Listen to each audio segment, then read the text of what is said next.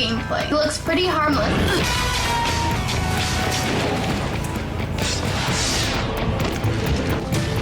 Island's inhabitant.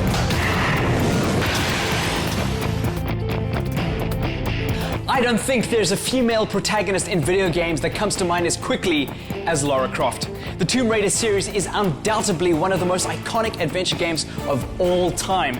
It spanned a multitude of consoles and platforms and is set for a glorious remake/comeback this year. Let's check it out.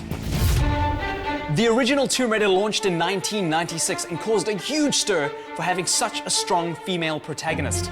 Nearly all lead protagonists in games at the time were male to identify with the male majority audience. Feminist groups, however, didn't share the general public sentiments, as Lara just seemed to sport impractical, tight-fitting clothes with blatantly obvious curve-hugging pants and a ridiculous tank top. Despite the outrage, Tomb Raider was a critical success, receiving an average review score of 91% on Metacritic. It was a third-person action-adventure game that debuted on the Sega Saturn, but most South Africans experienced it firsthand on the PlayStation 1 or the PC.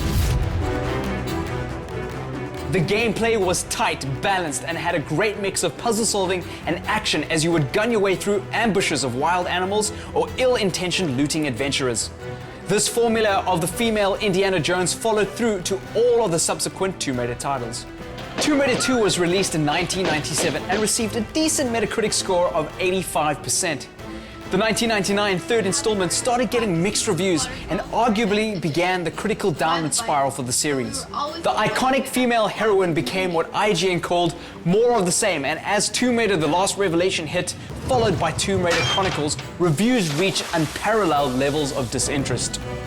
Chronicles was the last PlayStation 1 Tomb Raider title, and it ushered in a season of complete and utter disinterest in the Tomb Raider series on the PlayStation 2. The PlayStation 2 hit the scene with Tomb Raider The Angel of Darkness debuting Lara on the console. The game also made it to PC and sparked a flurry of disappointed reviewers. The game scored a below average 49% for the PC version on Metacritic, with reviewers stating that the game's core gameplay was unforgivably broken. The queen that was once Lara had fallen. Cue slow piano music.